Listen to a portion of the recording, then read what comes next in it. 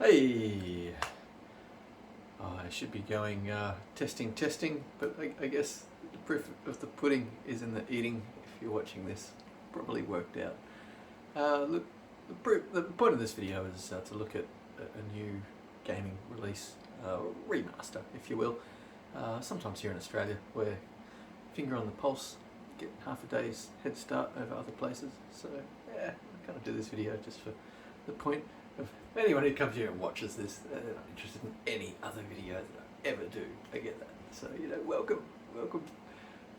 I say welcome back to like those people, but like to everyone else, welcome. So look, it's a little bit amateur hour. We've got a little bit of sun setting in a curtain. It's Western Australia here. That time of day, I guess. I'm doing my best to black everything out. I'm going for a little bit of a presentation. Little stage lights kind of shining up on me, light coming down, probably that 45-degree angle. Give me that real portraiture look, really attractive. This video's all about me. So yeah, look, Paper Beast. So anyone who is new to my channel, which is everyone watching this, I like to be a bit of a technologist, tech counsellor.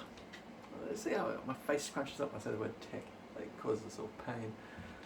More often than it causes us pleasure, but there's enough reward there for us to endure that relationship. It's sort of sick Stockholm sort of way, I guess.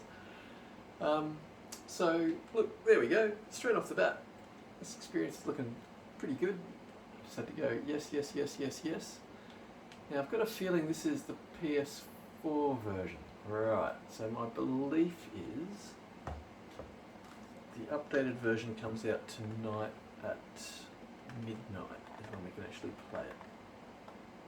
That being said, this version might be updated to work. Let's have a look.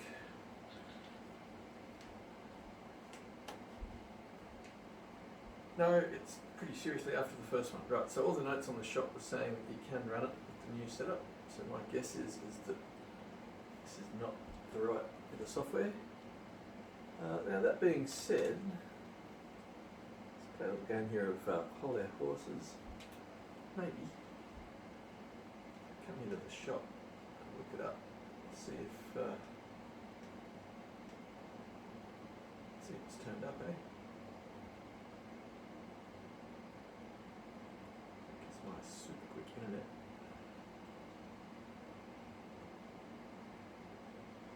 Everyone out there's like, just do a search for it. Do a search. Why would you endure something so painful? Let's just randomly choose a screen somewhere near the bottom, Kind of want it to be around here somewhere. What have we got? This is kind of cool actually. I haven't really viewed much in the way using this as a giant screen. The first... in library. There we go, it's begun. Yeah, so with the first one, the first headset, we, I can get into that, that's alright. There's worse things out there in life. Anyone watching this, of course, feel free to spin on that mark in the video. I probably will just keep going. This particular recording device can go for half an hour. Yeah, so anyone I'm interested in, it's a tech counselling type channel, and I like to talk tech and how you can use it and how you can be happy with it. But the first headset, number one, was really clever, really good if you put it on a PC. Why is that clever? Ivory drivers allowed you to use it on a PC. And so everyone said it was a really low quality headset. It was actually a half decent headset. But if you used your Ninja Graphics PC card to render your games and super sample them and make them absolutely look amazing, the difference was night and day. And I bought several of the titles the same on both platforms, running on Pro, solid state drive, but irrelevant, limited graphics power. And you play a game like Skyrim and you walk up and down the stairs and it just makes you nauseous. And I played the same game on PC and I could just run up and down the stairs non-stop because it was so smooth with the update, and it was configurable. You run it at 90 Hz or 120 Hz. And hence the point of this little bit of story, while that downloads, is that as a head-mounted display, right? Now, just using it as a giant screen, it's sort of equivalent to having a 120-inch projector screen in front of you, and maybe being 10 meters back, but this giant field of view, right? And playing Battlefield, and I was a medic because I was playing through my mobile phone, and my internet speed wasn't very good, which meant most of the time I'd be having to shoot in front of people in the hope that they'd just sort of walk into my bullet. I couldn't really see where they were. I was always seeing where they were a second ago. As a medic, I could heal people. If there was people just lying on the ground, still had a chance of actually hitting them. And when I switched to using the PSVR just on the PC as a screen, as a monitor, as a flat 2D pancake monitor, lots of headshots. Just such a big screen. It was just like the medic's rifle is not a very good weapon. And it might be if you keep getting headshots. Turns out it is. And I was placing in the top 3 all of a sudden. So instead of in the bottom, whatever, probably in the middle usually. But yeah, all of a sudden, noticeably, much better, akin to when you upgrade your monitor. And I don't say make your monitor bigger. Sometimes when you improve your setup, you can see in the output result, different mouse or something. All of a sudden, your KD ratio improves. Anyway, the first headset, it's actually quite a practically good piece of equipment when paired up with a PC and given it a lot more rendering run. And that's where this game today excites me, is that I did have Paper Beast physical and threw it on, and I think it was before that it got an update. I think late in its life it got an update where you could actually look around and not have to do so much the teleport stuff. Actually, I'm not sure. I think they gave free motion, but I think they might have still been teleport. I might be getting my games mixed up.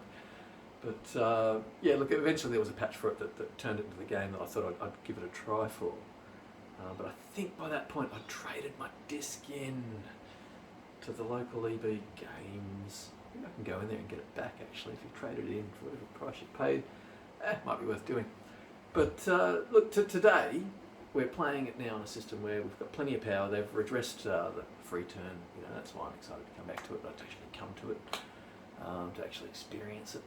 So hey, it's a bit maybe joyous for you to get to watch someone that isn't comfortable with the game. I'm going to be raving about all sorts of things. Oh, listen to the Tempest audio, it's brilliant. Everyone's going to be like, yeah, it was in the first game. Get over yourself, mate.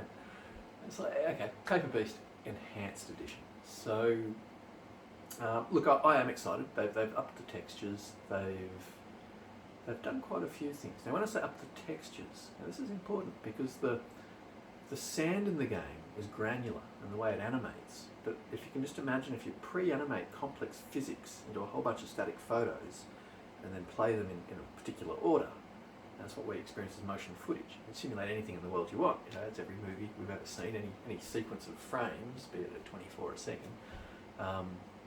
Anything you want to describe, if you have the right pixel elements lighting up in the right colours, right, that's the picture we see. Right, you can do anything. Suspension of disbelief is the infinite. Anyway, this really clever dude, and I say he's a clever dude. No, I don't know. Anyway, awesome dude.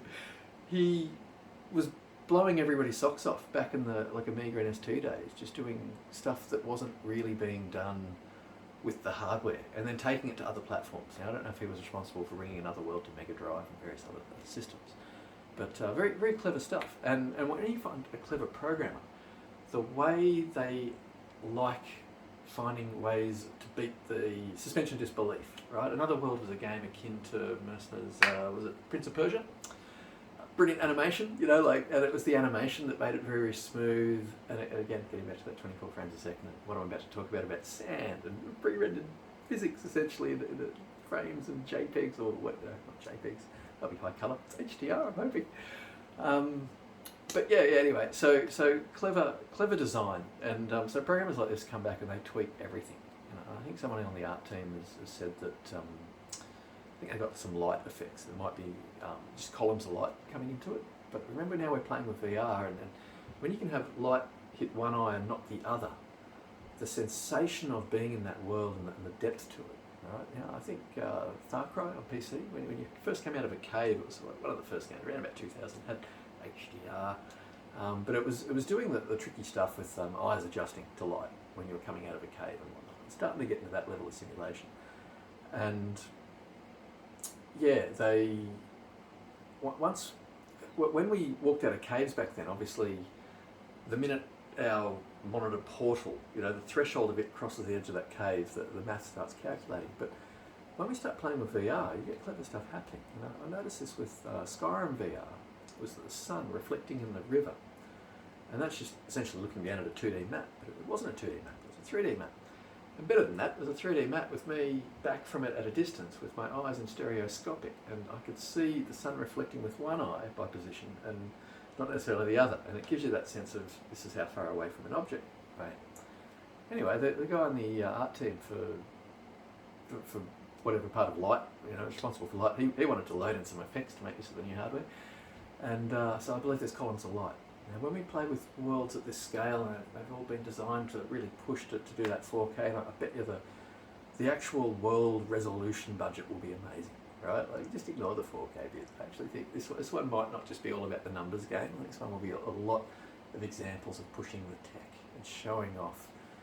This is what happened when you develop for a platform. This is what happens when you love your game and you build a game around what you can do with the technology, which is what Miyamoto and all the boys at Nintendo do. Every time they put out a platform, they go, "Oh, this is a game we want to make," and then they build the hardware to do that. Right? But when either which way, as long as you're squeezing everything you can out of that hardware and you're really excited to, can we, if we do this, there's an extra bit of memory, and if we rotate that every half frame, maybe we can rotate it in a different colour palette, and if we keep a lot of them static and only change 2 of them, maybe we can get a free, doesn't have to use the CPU, doesn't have to go on to the next pass, or we can change, a blood effect to come in quicker as a response to, a physic effect hitting this, and we can use it at the video card level, and it doesn't have to be processed by this, and blah blah blah. It's all about optimizing, right? And these guys do that. They get right into it. And so yeah, this is where I start my rant, was to talk about what they've done with the sand and being pre-rendered physics. And so I think that's kind of awesome. But look, I look forward to seeing a whole bunch of this. Now, that being said, how's this? Well, I've got cutting edge crack at being able to play this game. I also have a missus who's just come home. Chance for me to potentially go make coffee and whatnot. I'm going to go and touch base for a second and see what direction we're going in next for 60 seconds or so.